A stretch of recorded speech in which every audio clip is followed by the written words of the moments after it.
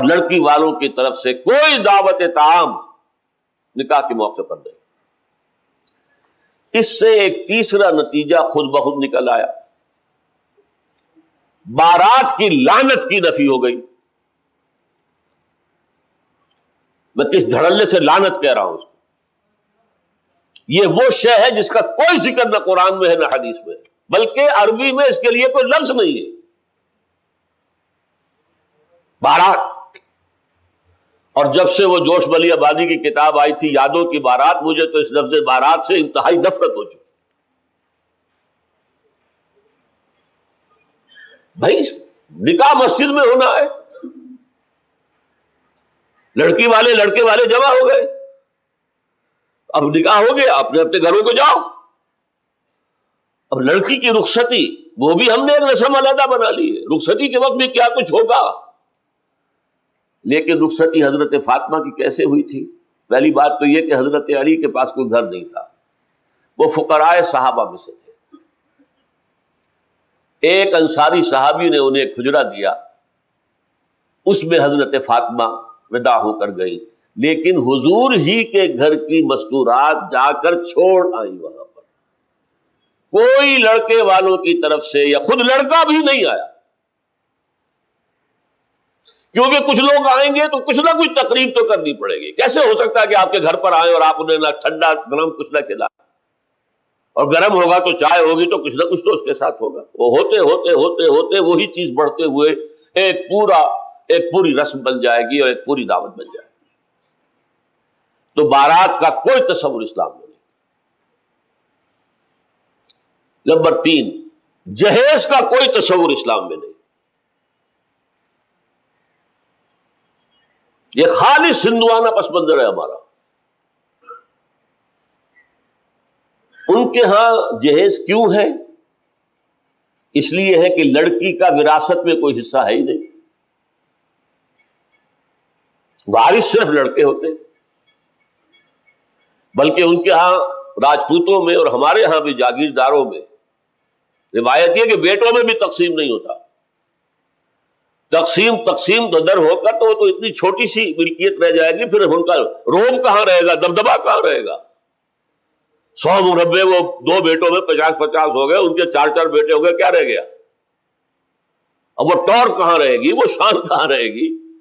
تو صرف بڑا بیٹا وارث، باقی سب اس کے کمی کاری۔ اور لڑکیوں کے لیے تو کوئی سوال ہی نہیں کہ کوئی وراثت ہو۔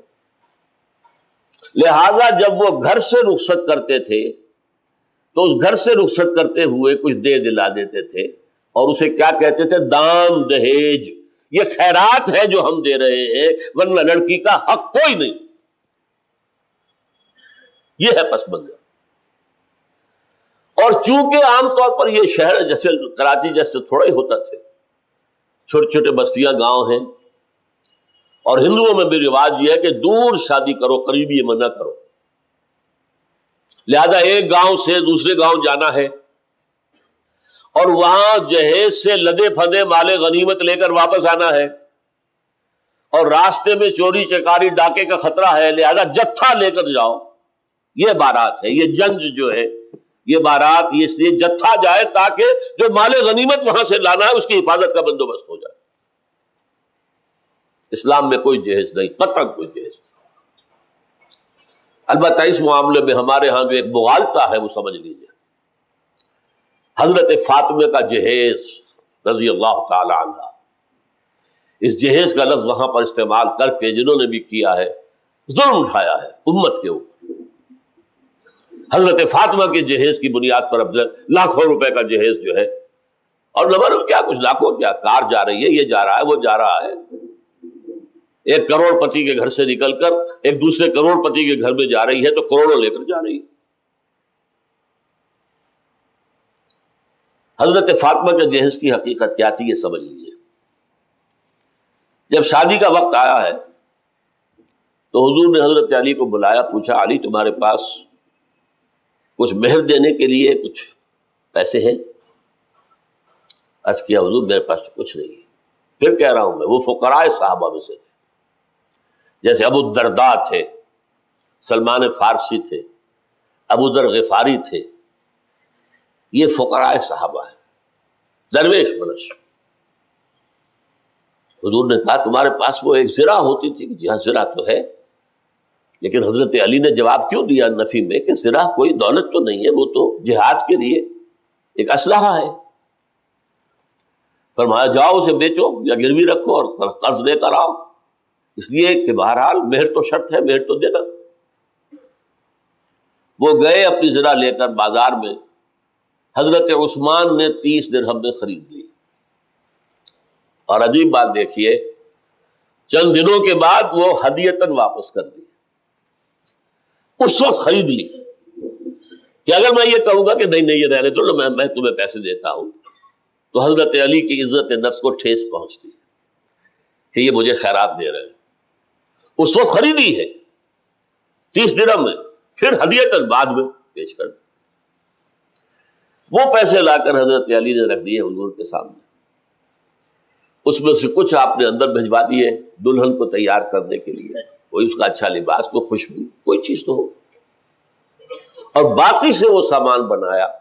ایک گدا جس میں کھجور کی چھال بھری ہوئی، 2 تکیے ان میں بھی کھجور کی چھال بھری ہوئی، ایک مشکیزہ، کنویں سے پانی تو لانا ہی ہے،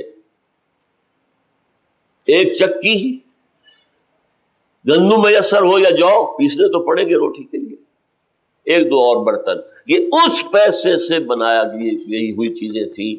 حضور نے اپنی جیب سے 1 پیسے کی کوئی شے نہیں دی جسے جہیز کہہ سکتے۔ حضور ہی کی دوسری صاحبزادی کا نکاح ہوا ہے مدینہ منورہ میں، 2 نکاح تو آپ کی 2 بیٹیوں کے بچے میں ہو چکے تھے، حضرت فاطمہ اور ام کلثوم، ان کے نکاح مدینے میں ہوئے ہجرت کے بعد۔ ام کلثوم حضرت عثمان کے ہاں جا رہی تھی، وہاں بھرا گھر، ہر شے موجود، وہاں کسی جہیز کا ذکر نہیں ملتا۔ یہ کیسے ہو سکتا ہے کہ نبی اتنی بے انصافی کرتے کہ ایک بیٹی کو تو جہیز دیا دوسری کو نہیں دیا؟ کوئی ذکر کیوں نہیں ہے؟ وہاں سرے سے کوئی ضرورت تھی ہی نہیں، گھر میں ہر شے موجود ہے ضرورت کی، لہذا کسی جہیز کا ذکر